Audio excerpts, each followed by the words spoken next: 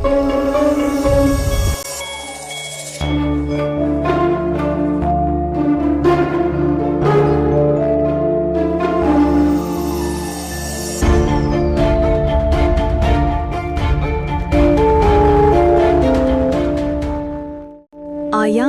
Audio lab, সাহিত্য দীর্ঘজীবী হোক।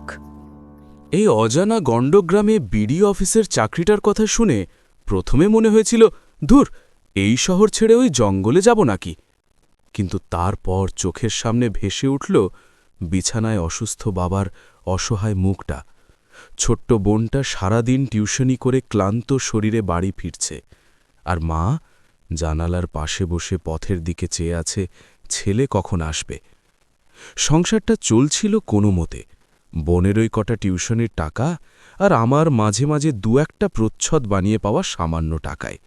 এটাকে চলা বলে না, কিন্তু থামেও নি। আমি নিজেও টিউশনি করতে গিয়েছিলাম, ছোটদের পড়াতে পারিনি, বড়রা স্কুল কলেজের স্যারদের কাছে বেশি টাকায় পড়ে। আমাদের মতো শিক্ষিত বেকারদের জন্য এই শহরে পথ মাত্র একটাই, নেতাদের পেছনে ঘোরো, কুকুরের মতো বেঁচে থাকো। সেটাও আমার দ্বারা হয়নি। এই শহর আমাকে শুধু না পাওয়ার যন্ত্রণাটুকুই দিয়েছে। তাই শেষমেশ মনে মনে ঠিক করলাম, যাব, চাকরিটা নেব। কিছু হোক বা না হোক, বোনটা অন্তত নিজের পড়াশোনায় একটু সময় দিতে পারবে। ওর চোখেও তো একটা স্বপ্ন আছে। কিন্তু এই গণ্ডগ্রামে এলাম ঠিকই, থাকব কোথায়? আমি তো আর বিডিও সাহেব না যে সরকারি বাংলো পাব। গ্রামের বাড়িগুলোর চেহারা দেখেই বোঝা যাচ্ছে এখানে বাড়ি ভাড়া দেওয়ার চল নেই। চায়ের দোকানে বসে এসব ভাবছি, হঠাৎ, বাবু, আপনি কার দরে যাবেন? চমকে উঠলাম। ভাড়ের তলানিটুকু শেষ করে অবাক চোখে দোকানির দিকে তাকিয়ে বললাম, আমাকে কিছু বললেন? দোকানি মৃদু হেসে বলল, বেলা তো পড়ে এলো, এখানে সন্ধ্যের পর দোকান খোলা থাকে না, তাই জিজ্ঞেস করছি যাবেন কোথায়। সত্যিই তো, ঘণ্টাখানেক বসে আছি, যাওয়ার জায়গা নেই। মনটা একটু শক্ত করে বললাম, দাদা, আমি এখানে বিডিও অফিসে কাজে লেগেছি, একদম নতুন। যদি কোনো ভাড়া ঘর পাই তাহলে থেকে কাজটা করতে পারি। লোকটার মুখটা চিন্তিত হয়ে গেল। বলল, এখানে কেউ বাড়ি ভাড়া দেয় না বাবু, সন্ধে নামলে ফেরার ট্রেনও পাবেন না। আজকের রাতটা আমার কাছে থাকুন, কিন্তু ভাড়া ঘর সেটা এখানে হবে না।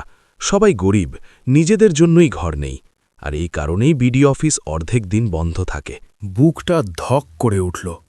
চাকরি ছাড়া অসম্ভব। মা চোখে অনেক আশা নিয়ে বসে আছে। কাতর গলায় বললাম, দাদা, একটু দেখুন না, কোনো উপায় যদি হয়, এই চাকরিটা আমি ছাড়তে পারবো না। লোকটা সসপ্যান মাজতে মাজতে একটু ইতস্তত করে বলল, উপায় একটা আছে বটে, কিন্তু সেটা আপনার পোষাবে কিনা জানি না, আর তাছাড়া আমি আর থাকতে পারলাম না। পোষাবে দাদা, পোষাবে, আমি সব অ্যাডজাস্ট করে নেব, শুধু একটু থাকার ব্যবস্থা করে দিন। লোকটা একটু গম্ভীর হয়ে বলল, সে না হয় হবে, কিন্তু বাবু, একটাই কথা, আমি যে আপনাকে ওই জায়গায় পাঠিয়েছি এটা কাউকে বলতে পারবেন না।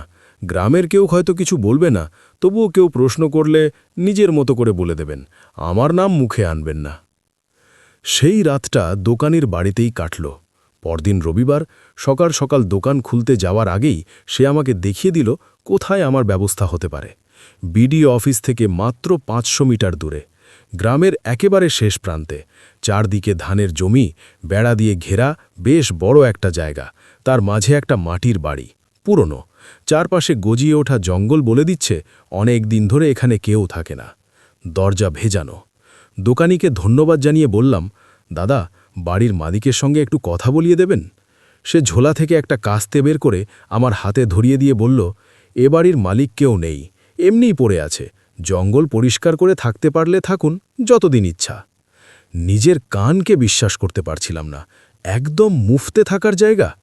কিন্তু পরক্ষণেই মাথায় এলো, এটা ভূতের বাড়ি না তো? গ্রাম বাংলায় ভূত প্রেতের গল্প কম শুনিনি। তারপর মনের আরেকটা অংশ বলল, থেকেই দেখ না, চাকরি দরকার, থাকার জায়গা দরকার, ভয় পেয়ে ফিরে গেলে অভাবের ভূত এমনিতেই মেরে দেবে। গুপি বাঘার মতো ভূতের রাজাও তো ভূত সমাজেই থাকে। সারা দিন খেটে জঙ্গল সাফ করলাম, বাড়ির ভিতরটা পরিষ্কার করলাম।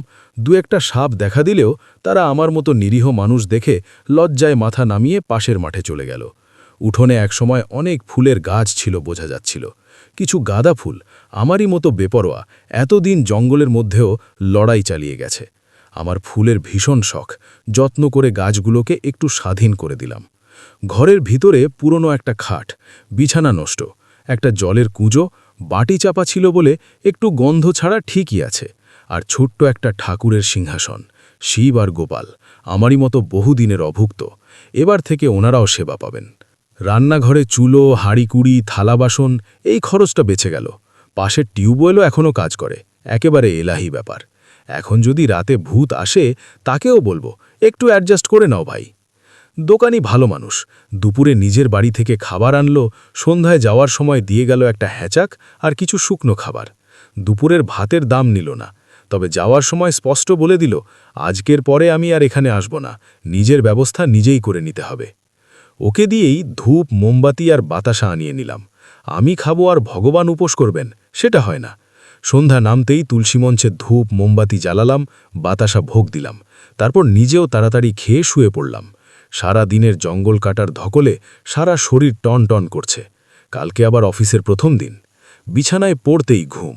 রাত তখন কতটা মনে নেই, হঠাৎ একটা খুকখুকে কাশির শব্দে ঘুম ভেঙে গেল। শীতের রাত, দরজা জানালা বন্ধ, ধূপের গন্ধ আছে কিন্তু মোমবাতি নিভে গেছে। ঘরে নিরেট অন্ধকার। প্রথমে ভাবলাম ভূত, তারপর মাথায় এলো গ্রাম বাংলায় শীতের রাতে চোর ডাকাতের উপদ্রব বাড়ে। এই জনশূন্য বাড়িতে বাইরে আলো দেখে কেউ এসেছে না তো? সর্বনাশ, এই পাণ্ডববর্জিত জায়গায় আমাকে মেরে ফেললেও কেউ জানবে না, আর কেউ খুঁজতেও আসবে না। এই বাড়ি আবার জঙ্গলে ঢেকে যাবে, আর তার ভেতরে আমার শিরদাঁড়া দিয়ে ঠান্ডা স্রোত বয়ে গেল।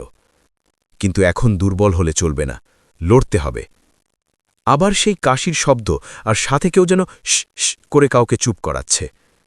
অন্ধকারে হাতরাতে টর্চ খুঁজছি, হঠাৎ নিচের দিকে চোখ পড়তেই চমকে উঠলাম। জীর্ণ চালের ফাঁকফোকর দিয়ে চাঁদের আলো মেঝেতে পড়েছে। সেই ক্ষীণ আলোয় স্পষ্ট দেখলাম মেঝেতে কেউ একজন শুয়ে আছে, আর তার পাশে উবু হয়ে বসে আছে লাল পেড়ে শাড়ি পরা একজন বয়স্ক মহিলা। কিন্তু এটা কিভাবে সম্ভব? ঘুমানোর আগে আমি নিজে দরজা বন্ধ করেছিলাম। কে কে চিৎকার করে উঠলাম। সেই মুহূর্তেই টর্চটা হাতে এলো। আলো ফেলতেই কিচ্ছু নেই, মেঝে একদম ফাঁকা। চোখের ভুল নাকি? ভাবতে ভাবতে আবার কখন ঘুমিয়ে পড়েছিলাম জানি না। হঠাৎ ঘুম ভাঙল একটা গরম নিঃশ্বাসের ছোঁয়ায়। চোখ খুলতেই দেখি আমার মুখের ঠিক ওপরে ঝুঁকে আছে একজন লাল শাড়ি পরা বৃদ্ধা। চোখ দুটো ভাটার মতো জ্বলছে। কর্কশ ফ্যাঁসে গলায় বলছে, তুই কেন ঢুকেছিস আমার বাড়িতে? জানিস না এখানে একজন অসুস্থ মানুষ থাকে? তোকে আমি ছেড়ে দেব না, গলা টিপে এখানেই শেষ করে দেব। কিছু বলার সুযোগই দিল না, গলা চেপে ধরল। দম বন্ধ হয়ে আসছে, সর্বশক্তি দিয়ে ধাক্কা দিলাম। বিছানায় উঠে বসলাম। চালের ফোকর দিয়ে সকালের রোদ ঘর আলো করে দিয়েছে, বাইরে পাখির ডাক। স্বপ্ন, কিন্তু মাঝরাতের সেই কাশির শব্দটা, সেটা কি সত্যি স্বপ্ন ছিল? আমি নিশ্চিত ওটা ছিল না। ঘরে ঢুকে আরেকটা ধাক্কা খেলাম। গোটা ঘরটা পরিপাটি করে গোছানো, ঠাকুরের সামনেটা কেউ বেশ যত্ন করে নিকিয়ে রেখেছে। নিজেকে প্রশ্ন করলাম, আমি কি নিজেই বেরোনোর আগে এগুলো করে গিয়েছিলাম? তাহলে মনে নেই কেন? রান্নাঘরে গিয়ে তো চোখ কপালে উঠে গেল। কালকের সেই নোংরা এলোমেলো রান্নাঘর আজ একদম ঝকঝকে, বাসনকোসন চকচক করছে, উনুন মাটি দিয়ে নিকানো, বালতিতে জল ভরা। এবার আমি নিশ্চিত আমার অনুপস্থিতিতে কেউ এসে এগুলো করে দিয়ে গেছে। মনে মনে হাসলাম, দোকানিকে ধন্যবাদ জানালাম। মুখে যতই বলুক আর আসব না, মানুষটার মনটা আসলে খুব ভালো। গ্রামের মানুষ এখনও সেই সরলতাটুকু ধরে রেখেছে। বিকেল গড়িয়ে সন্ধে নামছে। ছোটবেলা থেকেই বিকেলে স্নান করার অভ্যেস, শীত, গ্রীষ্ম, বর্ষা সব সময়। অন্ধকার নামার আগেই বাগানের গাছগুলোয় জল দিয়ে নিজেও স্নান সেরে নিলাম। তুলসী মঞ্চে ধূপ বাতি দিয়ে, ঠাকুরকে বাতাসা দিয়ে, কাঠের আজে চা বানিয়ে হাঁড়িতে চাল ভিজিয়ে রেখে ঘরে এসে বসলাম। মা বলেছিল চাল একটু ভিজিয়ে রাখলে ভাত তাড়াতাড়ি সিদ্ধ হয়। মিনিট 10 পরে রান্নাঘরে ঢুকে আরেকটা ধাক্কা।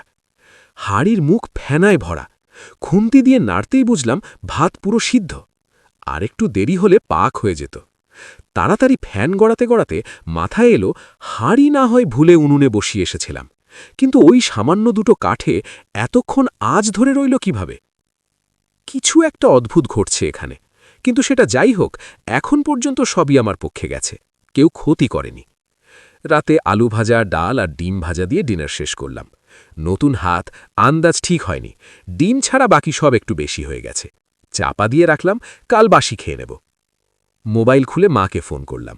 এসে পর থেকে পৌঁছে গেছি ছাড়া ঠিকমতো কথা হয়নি। ফোন রেখে 3 পাত্তি খেলতে খেলতে কখন ঘুমিয়ে পড়েছিলাম, হঠাৎ রান্নাঘর থেকে খুটখাট শব্দে ঘুম ভেঙে গেল। কান খাড়া করে রইলাম।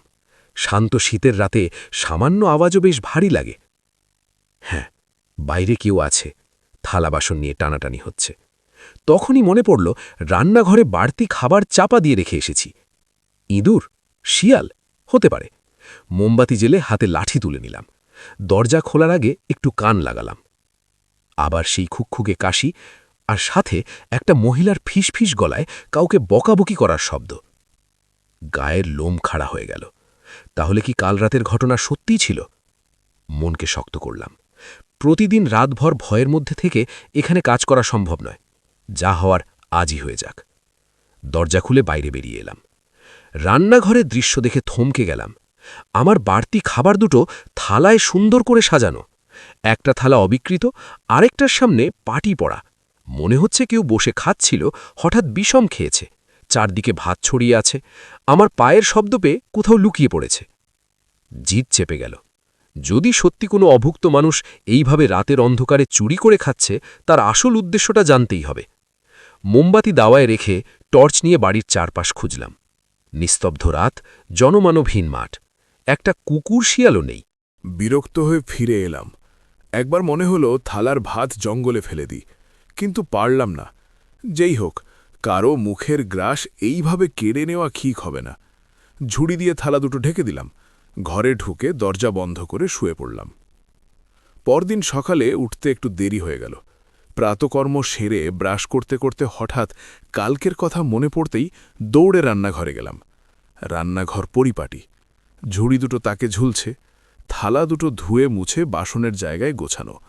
এমনকি কাল রাতে আমি যে থালায় খেয়েছিলাম সেটাও ঝকঝকে পরিষ্কার।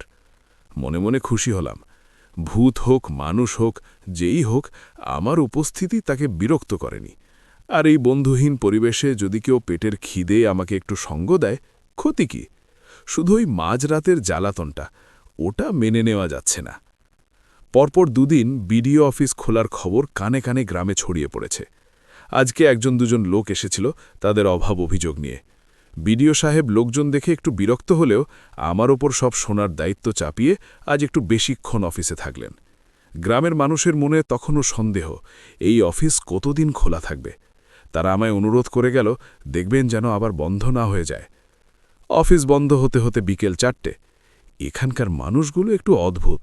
আমি কোথা থেকে এলাম, কোথায় থাকছি, এই নিয়ে কারো কোনো কৌতূহল নেই। একদিক থেকে ভালোই হয়েছে, দোকানি দাদার কথা মতো ওই বেবারিশ বাড়িতে আছি। কেউ জানলে উচ্ছেদ করে দিলে প্রথম মাসের মাইনে হাতে পাওয়ার আগেই শুকনো মুখে বাড়ি ফিরতে হবে। 3 দিন ধরে সকাল থেকে সন্ধে মুড়ি চা, খিদেটা জাগিয়ে উঠেছে। মুদির দোকান থেকে মুড়ি নারকেল কিনে সন্ধ্যাটা চালিয়ে তারপর রান্নার হাত দেব এই ভেবে পা বাড়ালাম। নারকেল খুঁজতে খুঁজতে দেরি হয়ে গেল। শেষে ব্যর্থ মনে বাতাসা কিনেই ঘরে ফিরলাম। আলো জ্বালাতেই থমকে গেলাম। বিছানার ওপর 1 বাটি তেল মাখা মুড়ি, পাশে একটা ডিশে বেশ কয়েক টুকরো নারকেল, টেবিলে 1 গ্লাস জল। ঠিক যেন মা আমার বাড়ি ফেরার অপেক্ষায় বসে আছে, খিদে পাবে ভেবে আগে ভাগে সাজিয়ে রেখেছে। বুকটা হু হু করে উঠল। আজ সবাইকে ছেড়ে পেটের জন্য একা পড়ে আছি এখানে। পরক্ষণেই মনে হলো, না, একা কোথায়? কেউ তো আছে যে আমার মন পড়তে পারে। কিন্তু কে সে? কেনই বা এত ভালো করছে আমার সাথে? যা থাকে কপালে, তাড়াতাড়ি 2 বালতি জল মাথায় ঢেলে শিব গোপালের সেবা করে তুলসীতলায় বাতি জেলে মৌজ করে বসে গেলাম মুড়ি নারকেল নিয়ে। প্রায় শেষ করে এনেছি, হঠাৎ পাতা পোড়ার গন্ধ নাকে লাগল। চমকে উঠলাম। চালে আগুন লাগলো নাকি? তড়াক করে উঠে এদিক ওদিক তাকালাম। না, চাল ঠিকই আছে, গন্ধটা বাইরে থেকে আসছে। দৌড়ে রান্নাঘরের দিকে তাকাতেই চোখ আটকে গেল। উনুনে বসানো চায়ের প্যান, জল টকবক করে ফুটছে, চা পাতা ঢালার অপেক্ষায়। কিন্তু কে করল এটা? চিৎকার করে বললাম, কে তুমি? সামনে আসছো না কেন? শান্ত ফাঁকা জায়গায় আমার কথা আমার কাছেই ফিরে এলো। যাই হোক, শীতের রাতে মুড়ির পরে একটু চা মন্দ হয় না। জলটা নষ্ট না করে চা পাতা ঢেলে দিলাম। চা ছাকতে গিয়ে অবাক হলাম। ঠিক 3 কাপ চা হয়েছে। আমি কখন 3টে কাপে ঢেলে ফেলেছিলাম নিজেও জানি না, কিন্তু এর মানে স্পষ্ট। আগের দিনের 2টো থালা ভাত, আজকে 3 কাপ চা। আমি ছাড়াও এখানে আরও 2জনের অস্তিত্ব আছে। ভূত না মানুষ জানি না, কিন্তু মনে মনে কৃতজ্ঞ হলাম। নিজের কাপটা নিয়ে বাকি 2টো ওখানেই রেখে ঘরে ফিরলাম। চা খেয়ে একটু গায়ে লিয়ে দিলাম। রান্না করতে ইচ্ছে করছিল না। চোখ বন্ধ করে এই 2 দিনের ঘটনাগুলো মাথায় সাজাতে লাগলাম। কখন ঘুমিয়ে পড়েছিলাম জানি না। হঠাৎ একটা সুন্দর খাবারের গন্ধে ঘুম ভাঙল। ঠিক মায়ের হাতের রান্নার গন্ধ। ঘড়িতে দেখি রাত 10:30। 3 ঘন্টা ঘুমিয়ে কাটিয়ে দিয়েছি। গন্ধটা কোথা থেকে আসছে? এই রাতে রান্নাঘরে আর যাওয়া ঠিক হবে না। আজকের রাতটা জল খেয়েই কাটিয়ে দেব ভাবলাম। কিন্তু খিদে পেট চুই চুই করছে। 1 ঘটি জল আনতে রান্নাঘরে ঢুকলাম। আর থমকে দাঁড়িয়ে গেলাম। থালায় সুন্দর করে সাজানো ভাত, ডাল, তরকারি, বেগুন ভাজা, বাজার থেকে কিনে যা এনেছিলাম সব রান্না হয়ে গেছে। হাঁড়ি করা দেখলাম আমার থালা ছাড়াও আরও 2জনের মতো খাবার রাখা। মনে মনে নিশ্চিন্ত হলাম, খাবারে বিষ নেই। কাল যে অনাহুত অতিথি আমার খাবার চুরি করে খেয়েছিল, সে আজ নিজেই রান্না করে রেখেছে, নিজেরটাও করেছে। বুকের ভেতরে একটা উষ্ণতা অনুভব করলাম। এই অজানা গ্রামে, এই ভাঙা বাড়িতে কোনোভাবে একটা সংসারের মধ্যে আছি, কারো সাথে আছি। এই কিসে কম? খাবার খেয়ে হাত মুখ ধুয়ে বিছানায় শুয়েও ঘুম আসছে না। মাথায় একটাই প্রশ্ন ঘুরছে, কে ওনারা 2জন? খাবারের স্বাদ বলে দিচ্ছে এই রান্না কোনো পাকা গৃহিণীর হাত ছাড়া হতেই পারে না। এমন মমতার ছোঁয়া একমাত্র মায়ের হাতেই থাকে। কান পেতে রইলাম। রাত গভীর হচ্ছে। ওরা কখন খেতে আসবে? আজ আমায় জানতেই হবে। যদি ওরাও আমারই মতো একা হয়, না হয় একসাথেই থাকব। মাইনের টাকা অর্ধেক মাকে পাঠিয়ে দিলে বাকিটা দিয়ে আমাদের ঠিক চলে যাবে। 7-5 ভাবতে ভাবতে কখন ঘুমিয়ে পড়েছিলাম বুঝতে পারিনি। রাতে 1-2বার আচমকা ঘুম ভেঙেছিল। একটা অনুভূতি হচ্ছিল ঘরে আমি ছাড়াও আরও কেউ আছে। কিন্তু ওই অনুভূতিটুকু ছাড়া সারা রাত নির্বিঘ্নে কাটল। সকালে উঠে দেখি ঘরের দরজা খোলা। মনে পড়ল, রাতে ইচ্ছে করেই দরজা খুলে রেখেছিলাম, চুপিসারে গিয়ে ধরব বলে। কিন্তু ঘুম আর ভাঙেনি। টেবিলে ঘড়ি দেখতে গিয়ে চোখ আটকে গেল। একটা ঢাকা কাপ রাখা। প্লেট তুলতেই দেখি চা। তখনও ধোঁয়া বেরোচ্ছে। যেন কেউ জানত ঠিক এই মুহূর্তেই আমার ঘুম ভাঙবে। বাইরে বেরিয়ে রান্নাঘরে গিয়ে দেখি সেই একই। পরিষ্কার পরিচ্ছন্ন, উনুনের পাশে হাঁড়ির উপর কড়া চাপানো। ঢাকা সরাতেই ডিমের ঝোল, নিচের হাঁড়িতে গরম ভাত। যেন কালকে মনে মনে যা বলেছিলাম সব শুনে রেখেছে। তবে এবারের ভাত শুধু আমার একজনের, 3 জনের নয়। মনস্থির করলাম আজ দারোয়ানকে এই বাড়ির কথা জিজ্ঞেস করব। বাগানের দিকে তাকিয়ে মন ভরে গেল। গাঁদা, জবা, টগর সব ফুলে ফুলে ভরা। রান্না যখন করতে হচ্ছে না, আজ শিব আর গোপালকে ফুল দিয়ে সাজিয়ে পুজো করে বেরোব। ঠাকুরের সিংহাসন পরিষ্কার করতে গিয়ে পাতন বস্ত্র তুলতেই দেখি কাপড়ের তলায় কয়েকটা পুরনো টাকা আর পয়সা। ভালো করে দেখি বয়স প্রায় 50-60 বছর। অদ্ভুত লাগল, বাড়ির সব নিয়ে গেল, ঠাকুর ছেড়ে গেল কেন? অফিসে কাজের ফাঁকে দারোয়ানকে এই বাড়িটার কথা জিজ্ঞেস করলাম। সে অবাক চোখে খানিকক্ষণ আমার দিকে তাকিয়ে রইল। তারপর বিরক্তির সুরে বলল, ওটার খোঁজ নিয়ে তোমার কি হবে? ওখানে থাকতে যাবে? খবরদার ওই ভুলটি করো না, সুস্থভাবে বাড়ি ফিরতে পারবে না। আর গ্রামের লোক বিডিও সাহেবের কানে তুললে চাকরিটাও থাকবে না। কেন সেটা জিজ্ঞেস করার আগেই চলে গেল। জানতে তো হবেই, দোকানি দাদার কাছ থেকেই জানব। দেখতে দেখতে শনিবার এসে গেল। 25শে ডিসেম্বর, বিডিও অফিস বন্ধ। বিডিও সাহেব শুক্রবার দুপুরেই শহরে চলে গেছেন, মঙ্গলবার আসবেন। মাঝের দিনগুলো আমাকেই সামলাতে হবে। সেই অজ্ঞাত মহানুভব আমার খাওয়া দাওয়ার ভার নিয়েছেন, তাই হাতে এখন অঢেল সময়। মনে মনে ঠিক করলাম আজ চালে খড় চাপানো, ঘর পরিষ্কার, কাল বাগান গোছানো আর দোকানি দাদার কাছে বাড়ির ইতিহাস জানা। ভাগ্য সহায়, চাল ঢাকার পাতা খুঁজতে গিয়ে একটা আস্ত খড়ের গাদা পেয়ে গেলাম। সেগুলো দিয়ে চালের ফাটাফুটো চাপা দিলাম। উপরে উঠলাম না, ভেতরের বাঁশের অবস্থা ভালো না থাকলে নিজেই গৃহহারা হব, উদ্ধার করার কেউ নেই। ঘর পরিষ্কার করতে করতে খাটের পাশে একটা গর্তের মধ্যে পেলাম একটা জং ধরা ট্রাঙ্ক। কৌতূহলে খুললাম।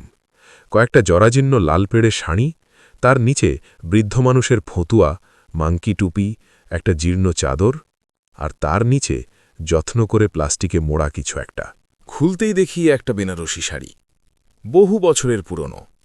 পাট খুলতে গেলেই মর্মর শব্দ উঠছে। শাড়ির সাথে একটা ছোট চাবি আর একটা হলদে হয়ে যাওয়া কাগজে লেখা, মানি, আমাকে তো তোর খবর কেউ দিল না। শত কষ্টের মধ্যেও তোর বিয়েতে দেবার জন্য এই শাড়ি আর চাবিটা রেখেছি। গুপ্তিপাড়ায় আমার গুরু ভাইয়ের কাছে একটা ছোট বাক্স রাখা আছে, এটা তার চাবি। রাখাল মামা কথা দিয়েছে তুই গেলেই তোর হাতে দিয়ে দেবে।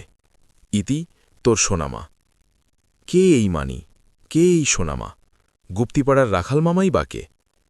কারো শেষ ইচ্ছে কারো জন্য রাখা, আমি আবার যত্ন করে সেটা তুলে রাখলাম। মনে মনে প্রশ্ন এলো, সেই খুকখুকে কাশি, সেই লাল শাড়ি পরা মহিলা, আমার খেয়াল রাখা সেই অদৃশ্য মানুষটা, ইনিই কি সোনামা? ভাবতে ভাবতে নিজেই হেসে ফেললাম। ভূতে এসে রান্না করে খাওয়াচ্ছে, এ কথা শুনলে লোকে বলবে একা থেকে মাথা খারাপ হয়ে গেছে। ভাবতে ভাবতে খেয়ালই করিনি সকাল গড়িয়ে দুপুর হয়ে গেছে। রান্না কিছু হয়নি, দৌড়ে রান্নাঘরে গেলাম। রাত হলে না হয় কেউ এসে রান্না করে রাখত, এখন দিনের আলোয় ধরা পড়ার ভয়ে কেউ আসবে না, নিজেরটা নিজেকেই করতে হবে।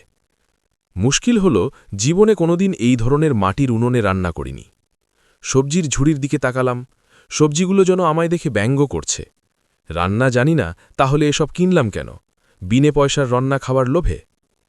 আলু, চাল, ডিম অনেক চেষ্টা করেও আগুন ধরাতে পারলাম না। রণে ভঙ্গ দিলাম, মুড়িতেই পেট ঠান্ডা করব।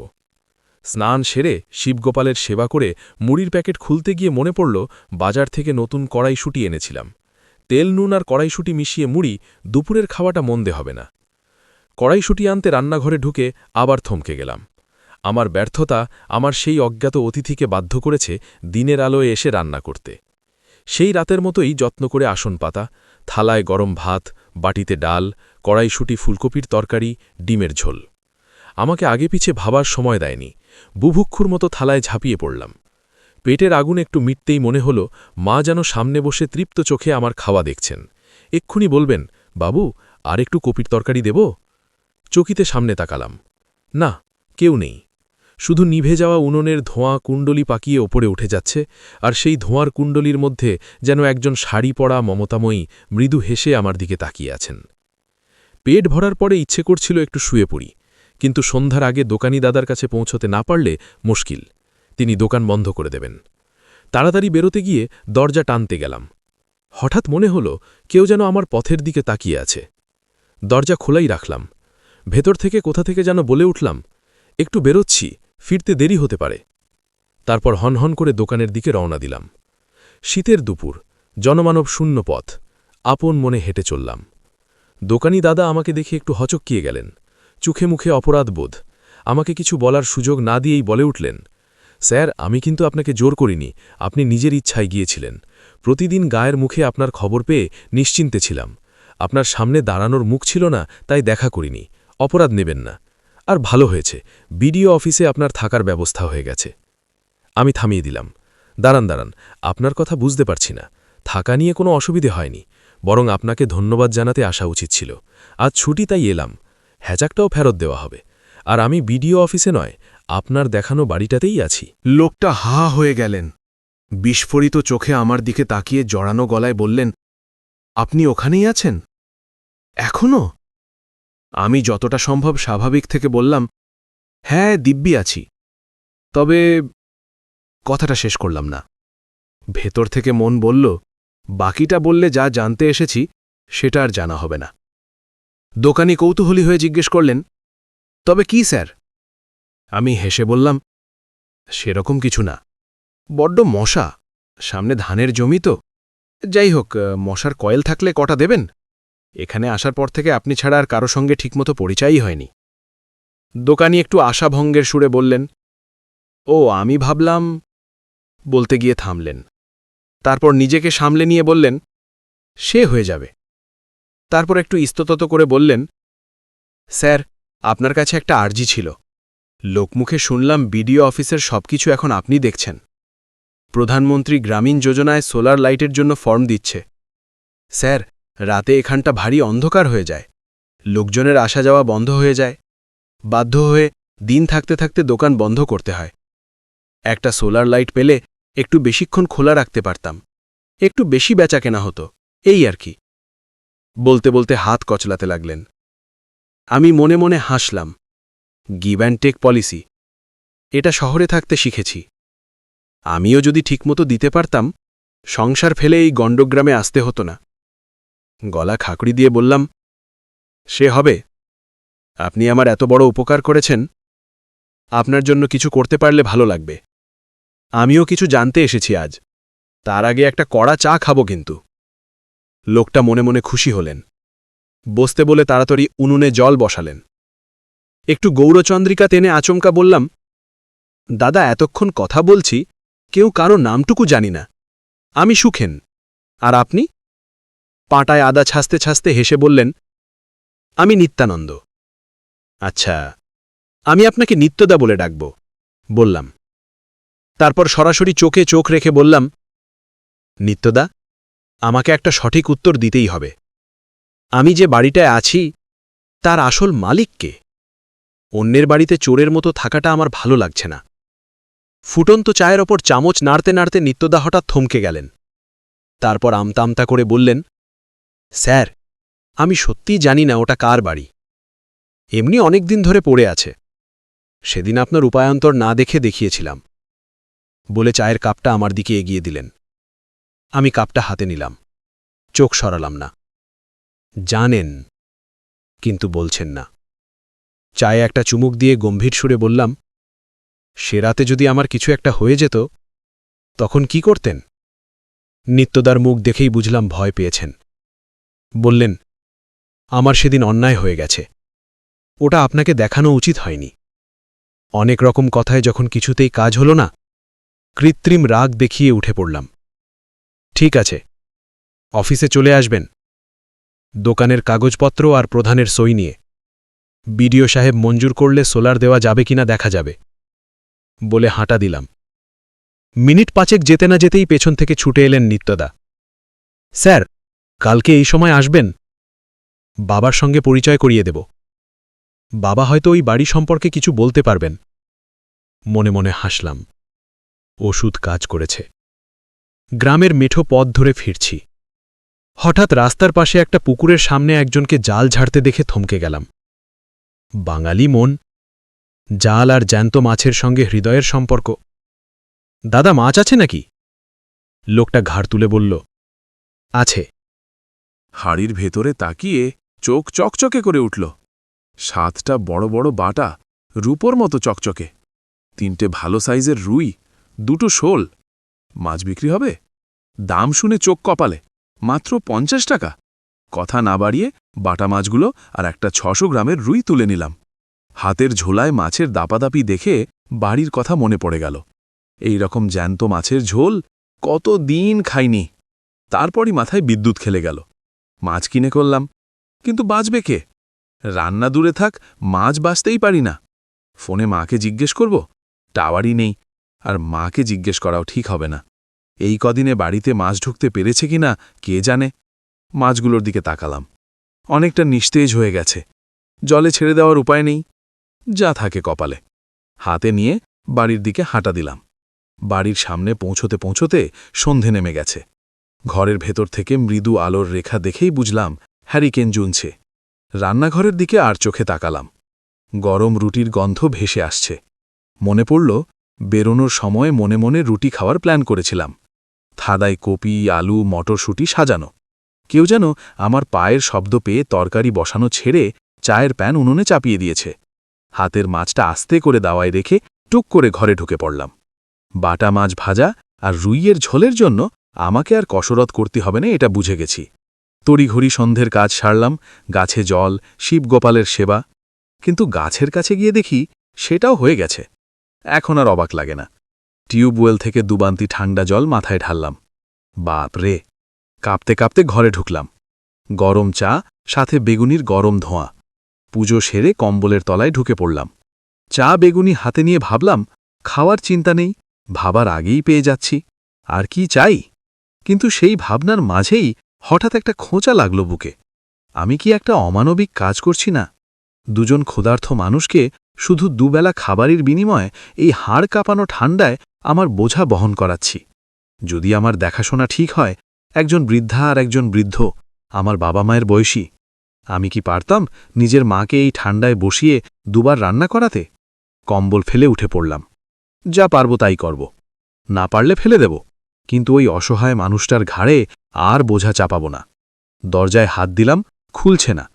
মনে হলো কেউ বাইরে থেকে আটকে রেখেছে। যত টানি দরজা নড়ে না। বুঝলাম, মনের কথা কেউ শুনে নিয়েছে। বাইরে থেকে টুকটাক শব্দ আসছে, রান্নাঘরে কিছু একটা হচ্ছে, সাথে সেই চেনা খুকুর খুকুর কাশির শব্দ। মানে আমাকে ঘরে আটকে রেখে ওনারা দুজন মিলে আমার পছন্দের রান্না করছেন। বুকটা ভারী হয়ে এলো। নিজের অজান্তেই মুখ দিয়ে বেরিয়ে এলো, সোনাদিদা, দরজা বন্ধ করে তুমি ঠিক করলে না। মাছ না হয় আজ নাইবা খেতাম, কিন্তু এই ঠান্ডার রাতে আবার কষ্ট করার কোনো মানে হয়? সাথে সাথে বাইরের সব শব্দ থেমে গেল। তারপর শুনলাম একজন নারীর আবেগ ভেজা নাক মোছার শব্দ, চোখের জল আটকে রাখার শব্দ। পাথরের মতো স্তব্ধ হয়ে গেলাম। মনে মনে ঠিক করলাম, আজ থেকে আমি মেঝেতে শোব। এই বাড়ি, এই ঘর, এই ঠাকুর সব ওদের। এর থেকে ওদের বঞ্চিত করার অধিকার আমার নেই। পাতার মাদুরে কম্বল পেতে শুয়ে পড়লাম। বাইরে থেকে মাছ ভাজার গন্ধ ভেসে আসছে। আবেশে চুপ বুঝলাম। হঠাৎ দরজা খোলার শব্দে ঝটকা খেয়ে উঠে বসলাম। দেখলাম লাল পেড়ে শাড়ি, মাথায় সাদা চুল, সিঁথিতে টকটকে লাল সিঁদুর, অসাধারণ সুন্দরী একজন বৃদ্ধা আমার দিকে এগিয়ে আসছেন।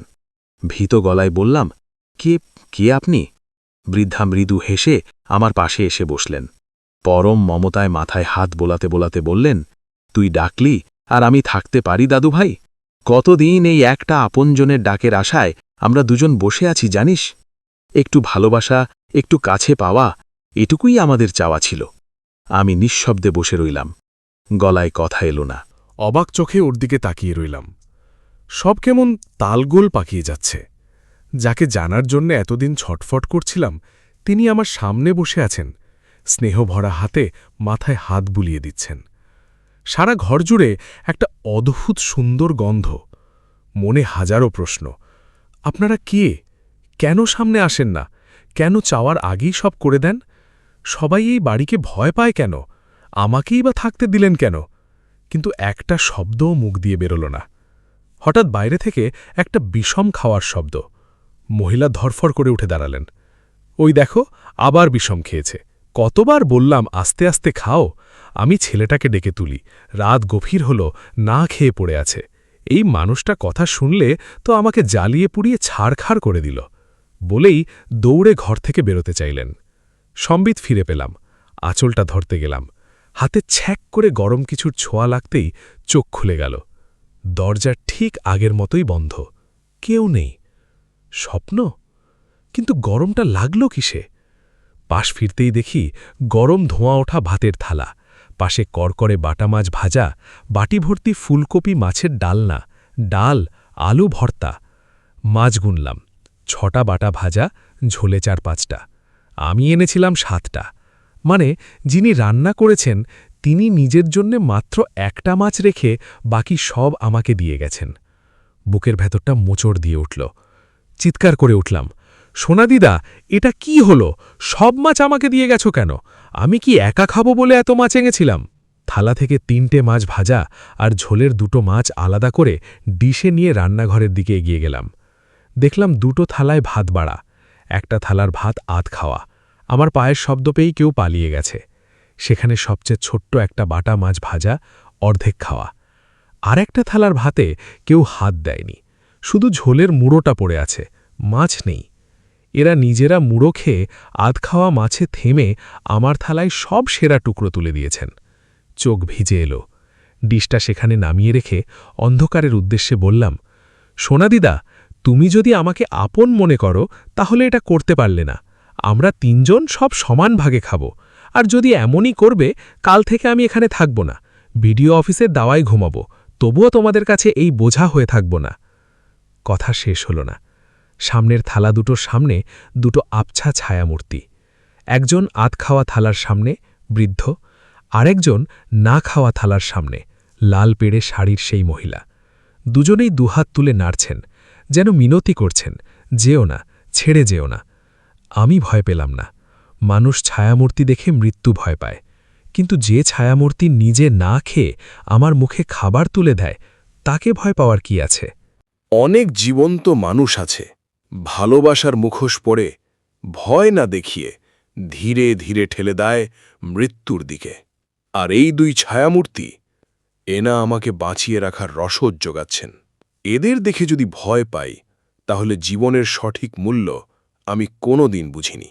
কৃত্রিম রাগ দেখিয়ে বললাম, ঠিক আছে, আমি যাব না, কিন্তু তুমিও আর কোনো দিন এরকম করবে না। আর এই ঠান্ডায় তুমি দাদুকে নিয়ে বাইরে থাকবে না। তোমরা তোমাদের খাটে শোবে, আজ থেকে আমি মেঝেতে চাটাই পেতে শোব। বলেই তাড়াতাড়ি ঘরে ঢুকে পড়লাম। খাওয়া শেষ করে হাত ধুতে বেরিয়ে আর চোখে রান্নাঘরের দিকে তাকালাম। দুটো ছায়ামূর্তি তখনও সেখানে বসে, একজনের খাওয়া শেষ, অন্যজনের জন্য অপেক্ষা করছে। মুচকি হাসলাম। ঘরে ঢুকে চাটাই খুঁজতে লাগলাম, একটু আগেও যেটায় শুয়েছিলাম। নেই, তন্ন তন্ন করে খুঁজেও পেলাম না। বুঝলাম সোনা দিদার কাজ। আমি নিচে শোব বলেছিলাম, টুক করে লুকিয়ে দিয়েছেন। জেদ করে লাভ নেই, তাতে ওদেরই কষ্ট হবে। বিছানা থেকে একটা কম্বল নামিয়ে বিছানায় শুয়ে চোখ বুঝলাম। সারা রাত কত অচেনা দৃশ্য স্বপ্নে ভেসে এলো। একটা কিশোরী মেয়েকে কারা যেন কারো কাছ থেকে নিয়ে চলে যাচ্ছে। যারা দিচ্ছে তারা মন থেকে দিতে চাইছে না, চোখের জলে বুক ভাসছে। এক মধ্যবয়স্ক লোক এক মহিলার মাথায় হাত বুলিয়ে সান্ত্বনা দিচ্ছে। কখনো গ্রামের পঞ্চায়েত সভার মতো কিছু হচ্ছে, কখনো কিছু মানুষ একটা বাড়ি লক্ষ্য করে ঢিল ছুঁড়ছে, কখনো এক বৃদ্ধা একজন শয্যাশায়ী বৃদ্ধকে জড়িয়ে ধরে কাঁদছে। আমি যেন অতৃপ্ত আত্মার মতো ঘুরে ঘুরে তাদের কথা শোনার চেষ্টা করছি, কিন্তু কিছুই শুনতে পাচ্ছি না। তীব্র আলোয় ধর্মড় করে উঠে বসলাম। এরা কারা? বাবার শরীর খারাপ হলো, মা কাঁদছে, বাড়িতে কিছু হলো। ফোন তুললাম, টাওয়ার নেই। অফিস খোলার আগে কোনো উপায় নেই। সকালে অফিসের ল্যান্ডমাইন থেকে বাড়িতে ফোন করলাম, সবাই ভালো।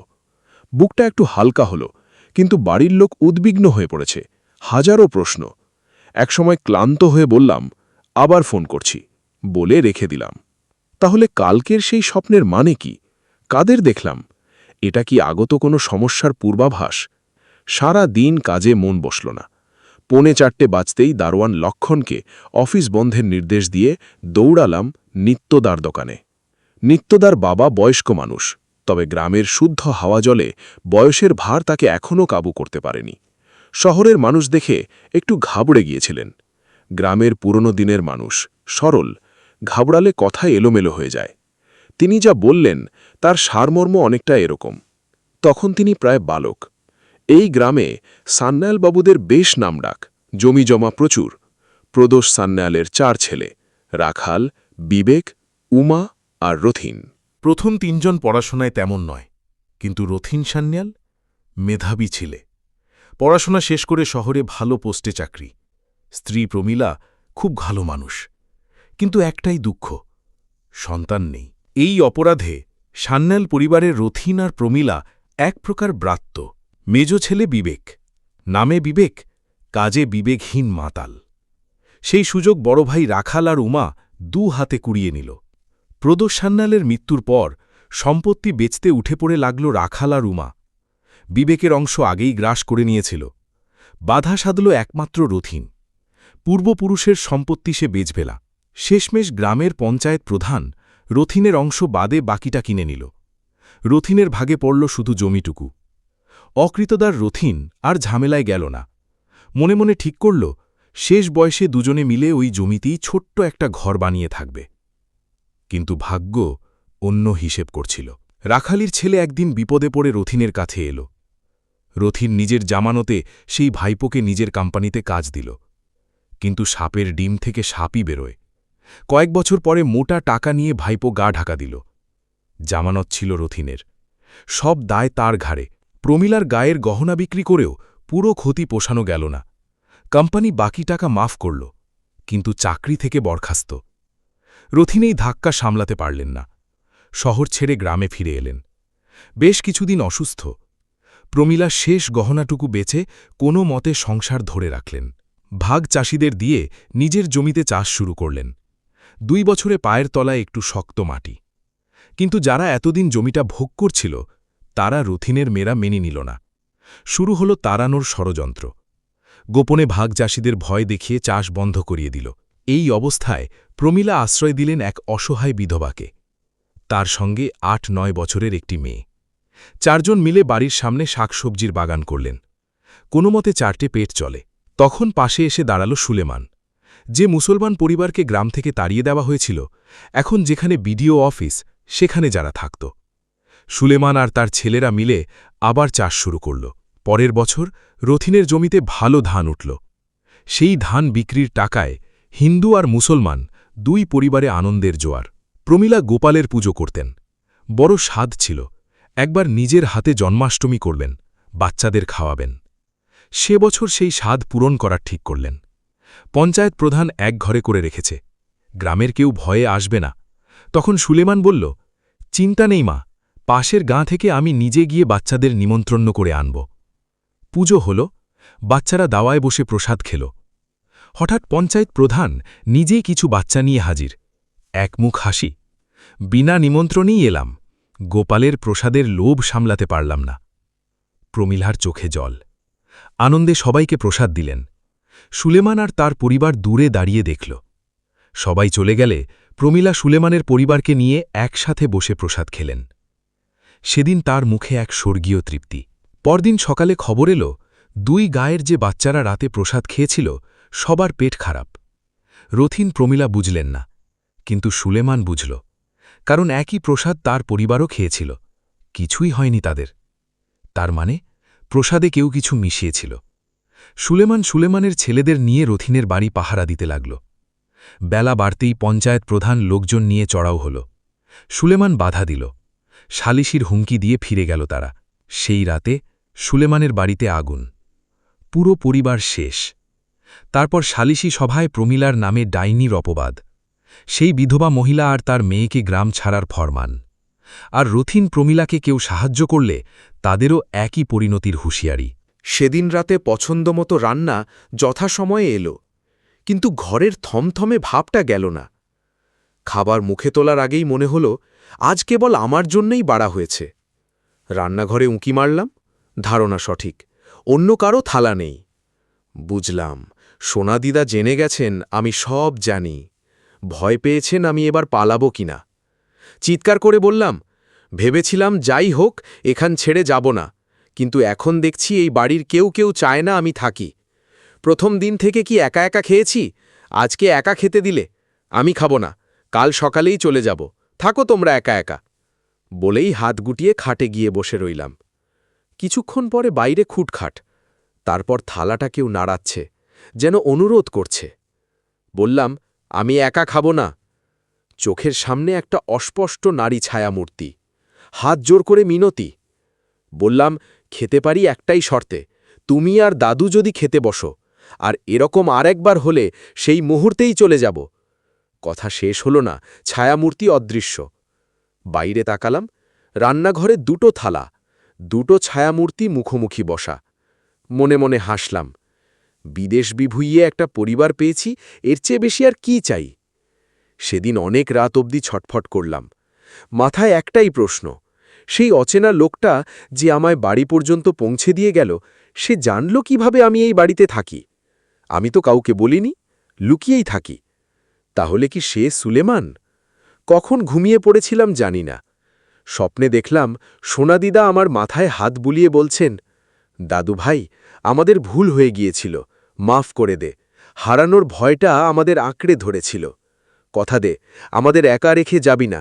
তোর হাতে সব তুলে দিয়ে আমরা মুক্তি পেতে চাই। 2টো হিম শীতল হাত চেপে ধরে বললাম, আমি থাকার হলে কবেই চলে যেতাম। তোমাদের উত্তরাধিকারীকে খুঁজে এনে তোমাদের মুক্তি দিয়ে তবেই যাব। শুধু গোপাল আর শিবটা আমি নিয়ে যাব। সোনাদিদা মুচকি হেসে বললেন, শুধু ওটা কেন, এ সব তোর। আমাদের সব কিছুর উত্তরাধিকারী তুই। তুই আমার নাতি, আমায় সোনাদিদা বলে ডেকেছিস, মনে নেই? বললাম, না না, যার জিনিস সে নিক, আমি শুধু গোপাল আর শিবটা পেলেই হবে। হাতটা চেপে ধরতেই ঘুম ভেঙে গেল। হাতের মুঠোয় দেখি জলের বোতল। অফিসে আসা লোকজনের চোখে একটা কৌতূহলী দৃষ্টি, যেন অনেক কিছু জানে বা জানতে চায়, কিন্তু কেউ মুখ ফুটে বলে না। কদিন পরে বিডিও সাহেব ডেকে পাঠালেন। কেবিনে ঢুকে দেখি একজন মধ্যবয়স্ক মানুষ বসে। বিডিও সাহেব বললেন, এই যে রায়বাবু, ইনি আমাদের নতুন অ্যাসিস্ট্যান্ট বিকাশ নাথ, কলকাতা থেকে এসেছে। আর বিকাশ, ইনি সমর রায়, এখানকার ব্লক প্রেসিডেন্ট। সমর রায় আমাকে আপাদমস্তক দেখে বললেন, তো ছোকরা, কোথায় থাকছ? বুকটা ধক করল। আমতা আমতা করে বললাম, পাশেই একজনের বাড়িতে। সমর রায় তীক্ষ্ণ চোখে তাকিয়ে বললেন, তা ভালো, রাতের ভেতরে বাইরে বেশি ঘুরো না, আর পশ্চিমের ওই পড়ো বাড়ির দিকে ভুলেও যেও না। তোমার আগে দুজন গিয়েছিল, জ্যান্ত ফেরেনি। বুঝলাম, লোকটা সব জানে, শেয়ানা মানুষ, সতর্ক বার্তা দিতে এসেছে। বিকেলে নিত্যদার কাছে জানলাম সমর রায় হচ্ছেন প্রয়াত পঞ্চায়েত প্রধানের বড় ছেলে। জমির লোভটা এখনও ওদের রক্তে বইছে। সেই রাতে মাঝরাতে ঘুম ভেঙে গেল। বাইরে ভয়ার্ত চিৎকার, সব কিছু ছাপিয়ে এক অশরীরী অট্টহাসি।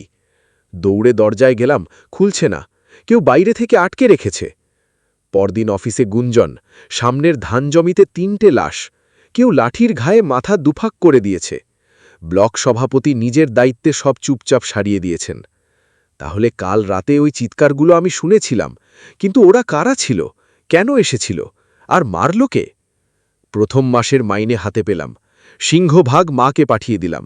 বাকি টাকা নিয়ে বাজারে রওনা দেওয়ার আগে চিৎকার করে বললাম, সোনা দিদা, আজকে গোপালকে পায়েস খাওয়াবো, সব কিনে আনছি, আজ রাতে আমরা শুধু গোপালের ভোগ খাব। বলা শেষ হতেই একটা ঠান্ডা হাওয়া সারা শরীর জুড়িয়ে দিয়ে গেল। সোনাদিদা খুশি হয়ে জড়িয়ে ধরলেন। বাজার থেকে ফিরে দেখি সারা ঘর রান্নাঘর মাটি দিয়ে নিকানো, চকচক করছে। ভেজা মাটির সেই গন্ধে মনটা ভরে গেল। স্নান করে গোপালকে ফুলে সাজালাম, শিবের গায়ে চন্দন দিলাম। মোমবাতি জেলে ধূপ ধুনোর গন্ধে ঘর ম করে উঠল। ইচ্ছে করেই কর্পূর আনিনি, জানি পুজোর সময় সোনাদিদা পাশে বসে থাকবেন। পুজো করতে করতে পেছনে তাকালাম, স্বপ্নের দেখা সেই মহিলা আর একজন বৃদ্ধ হাত জোড় করে চোখ বন্ধ করে বসে আছেন। এবার আর ছায়ামূর্তি নয়, গোপালের আলোয় তাদের স্পষ্ট দেখতে পাচ্ছিলাম। প্রসাদ মুখে তুলতে যাব, হঠাৎ বাইরে থেকে ডাক। ধীরে ধীরে চারদিক অন্ধকার হয়ে এলো। চাষের জমি আগাছায় ভরল। বাড়ির সামনের ছোট্ট বাগান থেকে যা পেতেন সেটুকু হাটে বেচে কোনোদিন একবেলা, কোনোদিন দুবেলা চলত। ওষুধ বন্ধ হল। রথীন আবার অসুস্থ হয়ে পড়লেন। এক বর্ষার দিনে অবস্থা বেগতিক। প্রমীলা সবার দরজায় ছুটলেন, কেউ কি একটু সাথে আসবেন, রথীনকে হাসপাতালে পৌঁছে দিতে হবে। সেদিন কেউ আসেনি। বর্ষা শেষে জমির জল নামল। চাষিরা মাঠে এসে একটা তীব্র পচা গন্ধে কাজ করতে পারছে না। প্রথমে ভাবল কোনো পশু মরেছে, খুঁজে কিছু পেল না। তখন মনে পড়ল ওই জমির ওপাশে রথীনের বাড়ি। কিন্তু গ্রামের নিদান, কেউ সাহস করে যেতে চায় না। শেষে গন্ধের তীব্রতায় আর থাকা গেল না। পঞ্চায়েত প্রধান কিছু লোক নিয়ে গেল। চারদিকে জঙ্গল ঠেলে রথীনের বাড়ির সামনে এসে যা দেখল, হাঁট করে খোলা দরজা, মেঝেতে রথীনের পচা দেহ, আর তাকে আঁকড়ে ধরে লাল পেড়ে শাড়ি পরা প্রমীলার অর্ধগলা শরীর। স্বামীকে একা ছেড়ে যাননি। লোকজন ভয় দৌড় দিল, কিন্তু পেটের টানে একদিন ভয় ভুলে মাঠে ফিরে এলো। তবে রথীনের জমির সীমানায় কেউ ঘেঁষত না। সন্ধ্যার পরে ওই পথে কেউ ভুল করে গেলে দেখত বাড়ির ভেতরে হ্যারিকেনের আলো জ্বলছে। রাতে কারো না কারোর ঘরে কড়া নাড়ার শব্দ, এক মহিলার কাতর ডাক। পঞ্চায়েত প্রধান একদিন বড় তান্ত্রিক এনে চারপাশে খড়ের বাঁধন দিয়ে দিল। তারপর থেকে কড়া নাড়া বন্ধ হল। কিন্তু লোভ বড় ভয়ঙ্কর। রথীনের সম্পত্তি গ্রাস করার লোভ পঞ্চায়েত প্রধানকে ছাড়ল না। এক পূর্ণিমার রাতে লোকজন জড়ো করে জমি সাফা করতে গেল। সেই রাতে ঠিক কি হয়েছিল, যারা সেখানে ছিল তারা ভয়ে বোবা হয়ে গেল। শুধু একজন পাগলের মতো বিড়বিড় করত, সুলেমান কাউকে ছাড়বে না। পরদিন সকালে জমির মাঝে পঞ্চায়েত প্রধানের বিকৃত লাশ। বাকিরা 1 বছরের মধ্যে একে একে আত্মহত্যা করল। সেই থেকে সন্ধ্যার পরে কেউ ওই এলাকায় যায় না। আমার আগে নাকি 2 জন বিডিও কর্মচারী ওই ঘরে রাত কাটাতে গিয়েছিল। পরদিন তাদের মৃতদেহ জমিতে পাওয়া গেছে। তারপর থেকে বিডিও অফিসের কড়া নির্দেশ, আসল উত্তরাধিকারী ছাড়া কারুর ওখানে যাওয়ার অনুমতি নেই। কতটা সত্যি কতটা মিথ্যা আমি জানি না, কারণ এই 10 দিন আমি বহাল তবিয়তে সেখানে আছি। কিন্তু সোনা দিদা আর দাদুই যদি রথিন আর প্রমীলা হন, তাহলে সুলেমান কোথায়? তাকে তো কোনোদিন অনুভব করিনি। মনটা ভারী হয়ে গেল। হয়তো এটাই সত্যি, সোনা দিদা একটা পরিবার চেয়েছিলেন, আমার মতো একটা অভাগার মধ্যে সেটা খুঁজে পেয়েছেন। কিন্তু একটা প্রশ্ন থেকেই গেল, তাহলে কে সেই মানি? সেই কি এই সম্পত্তির আসল উত্তরাধিকারী, যার জিনিস রাখাল মামার কাছে রাখা আছে? মনে মনে প্রতিজ্ঞা করলাম, সোনা দিদা আর দাদুর আত্মার শান্তি আমি করাবই। যেভাবেই হোক সেই মানিকে খুঁজে বের করব, রাখাল মামার কাছে পৌঁছে দেব, তখনই ওদের মুক্তি। আরে বেটা, দেখে চল, আর একটু হলেই পচা ডোবায় পড়ে যেতিস। চমকে উঠলাম। সত্যি, আর একটু হলে পড়ে যেতাম। অনমনে ভাবতে ভাবতে ভুল পথে চলে এসেছিলাম। সন্ধ্যা পেরিয়ে রাত নেমেছে। সামনে দাঁড়িয়ে এক দশাশ্বই লোক, হাতে লম্বা লাঠি আর লণ্ঠন। উৎসুক চোখে তাকিয়ে বলল, এদিকে কোথায় যাচ্ছিলিস? তুই তো বিডিও অফিসের নতুন লোক না, পাশেই তো থাকিস। ঘাড় নেড়ে সম্মতি জানালাম। লোকটা কৃত্রিম রাগ দেখিয়ে বলল, এত আধার অবধি বাইরে কেউ থাকে? আমি না দেখলে কি হতো? আমার সঙ্গে আয়, ঘর দেখিয়ে দিই। মন্ত্রমুগ্ধের মতো অনুসরণ করলাম। অদ্ভুত ব্যাপার, গ্রামের সবাই আমাকে আপনি বলে, কিন্তু এই লোকটা অবলীলায় তুই বলছে, আর আমার মধ্যে কোনো প্রতিক্রিয়া নেই। দূরে বাড়ি দেখা যাচ্ছে, হ্যারিকেনের আলো স্পষ্ট হচ্ছে। বাগানের বাইরে এসে লোকটা থামল, আমার দিকে তাকিয়ে বলল, যা বেটা, ঘরে চলে যা, আর কোনোদিন এত রাতে বাইরে থাকিস না।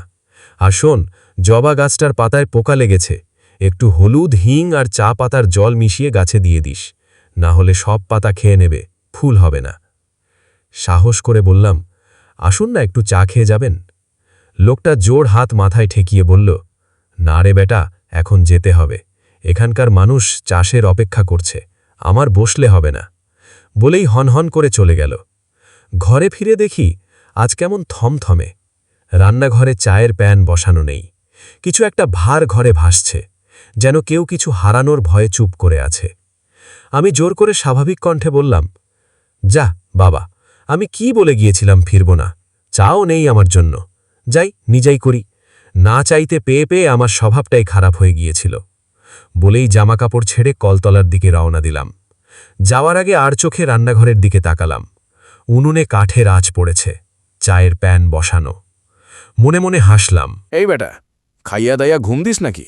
টর্চ নিয়ে বেরিয়ে দেখি বেড়ার বাইরে সেই চেক লুঙ্গি গেঞ্জি পরা লোকটা, সেই যে সেদিন আমায় বাড়ি পৌঁছে দিয়ে গিয়েছিল। হেসে বললাম, আসুন আসুন, ভেতরে আসুন, আজ পুজো করে গোপালের ভোগ খেতে বসেছিলাম, ভালোই হলো, আপনিও খেয়ে যান। লোকটা হেসে বলল, ভোগ নিতেই তো আইলাম, কত বছর পরে এই বাড়ির গোপালের ভোগ খাবো, দাও একটু পাতায় মুড়ে দাও, ওরাও খাবে। ওরা কারা? নিচু গলায় বলল, আমার পরিবার। ঘরে ঢুকে দেখি সোনা দিদা আগেই কলাপাতায় প্রসাদ সাজিয়ে রেখেছেন। তিনি জানতেন লোকটা আসবে। প্রসাদের থালা লোকটার হাতে দিলাম। সে গভীর শ্রদ্ধায় মাথায় ঠেকিয়ে দ্রুত চলে গেল। যাওয়ার আগে বলল, বেটা, আর বাইরে থাকিস না। এভাবে আরও কয়েক মাস কাটল। ব্লক প্রেসিডেন্ট আড়ালে আড়ালে নজর রাখছে, টের পাচ্ছি। নিত্যদাও একদিন ইঙ্গিত দিল, বয়স কম, ভালো কোনো কাজ দেখে এখান থেকে চলে যাও। ফাল্গুনের হাওয়ায় শরীর ম্যাজ ম্যাচ করছে। প্রায় 3 মাস হয়ে গেছে। মা বারবার বলছে, একবার এসে যা। বিডিও সাহেবকে ছুটির আবেদন করতে গিয়ে আলোয় মুখ দেখিয়ে বসলাম। তিনি আঁতকে উঠলেন, আরে তোমার পক্স হয়েছে, এক্ষুনি বাড়ি যাও। 15 দিনের মেডিকেল লিভ দিচ্ছি। টলটে টলটে ঘরে ফিরলাম। বিছানায় পড়তেই আর কিছু মনে নেই। 2 দিন পরে হুঁশ ফিরল। হাত জুড়ে কালো ফোসকা, মাথার পাশে ভেজা কাপড় জল। সেদিন থেকে সোনা দিদা আমার সেবা করেছেন। উঠতে চাইলাম, কেউ যেন জোর করে শুইয়ে দিল। 3 দিনে অনেকটা সুস্থ, কিন্তু বাড়ির জন্য মন কাঁদছে। রাতে সোনা দিদাকে বললাম, কদিনের জন্য বাড়ি যাব। হাওয়ায় একটা দীর্ঘশ্বাস অনুভব করলাম। কথা দিলাম 3 দিনেই ফিরে আসব। পরদিন বেরোতে যাব, হঠাৎ মাথায় এলো, গোপাল আর শিব ওনার একা থাকবেন। ঘরে ফিরে বললাম, গোপাল আর শিবকে সঙ্গে নিয়ে যাচ্ছি। আর শোনো, ফিরে এসে যদি দেখি রান্নাঘরে চাল ডাল সবজি পড়ে আছে, সেদিনই কাজ ছেড়ে চলে যাব। ভালোবাসার হুমকি দিয়ে ট্রেন ধরলাম। মাকে দেখে বুকটা ভরে গেল। পক্সের দাগ দেখে মা শিউরে উঠল। ঘরে ঢুকে গোপাল আর শিবকে ঠাকুর ঘরে রাখতে গেলাম। মা সন্ধ্যায় শাঁখ বাজাতে বাজাতে দেখলাম শিবকে হাতে তুলে নিবিড়ভাবে দেখছেন।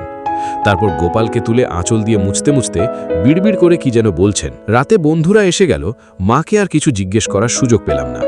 কিন্তু মায়ের মুখের সেই থমথমে ভাব চোখ এড়াল না। পরদিন সকালে মা বলল, বাবু, বাজার থেকে খোয়া ক্ষীর আর নলেন গুড় নিয়ে আসবি।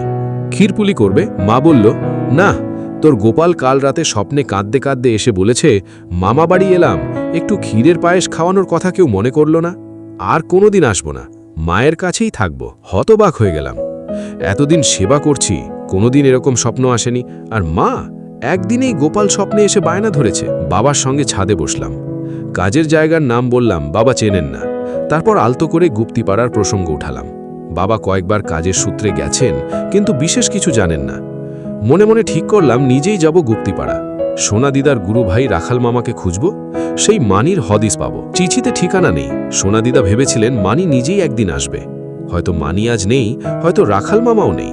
কিন্তু অনির্দিষ্ট পথে একবার না বেরোলে জানব কিভাবে? যেখানে দেখিবে ছাই, উড়িয়ে দেখো তাই, পাইলেও পাইতে পারো অমূল্য রতন। এটা একটা একাকী মানুষের গল্প, যে অজানা গ্রামে গিয়ে হারিয়ে যাওয়া দুটো আত্মার মধ্যে খুঁজে পেয়েছিল একটা পরিবার। সোনা দিদা আর দাদু শুধু ভূত নন, তারা সেই সব মানুষ যারা অপেক্ষা করে যান একটু ভালোবাসার জন্যে, একটু আপনজনের ডাকের জন্যে। আর সুখেন, সে বুঝিয়ে দিল, ভালোবাসা যদি সত্যিকারের হয়, তাহলে সে ছায়া হোক আর মানুষ, ভয় পাওয়ার কিচ্ছু নেই। এই গল্প যদি আপনার মনে সামান্য দাগ কেটে থাকে, যদি কৌতূহল জেগে থাকে, তাহলে আমাদের সঙ্গেই থাকুন। পরের এপিসোড মিস না করতে এখনই চ্যানেলটি সাবস্ক্রাইব করুন, আর এই পর্বটি ভালো লাগলে একটি লাইক দিতে ভুলবেন না। এটাই আমাদের গল্পগুলো এগিয়ে নিয়ে যাওয়ার শক্তি।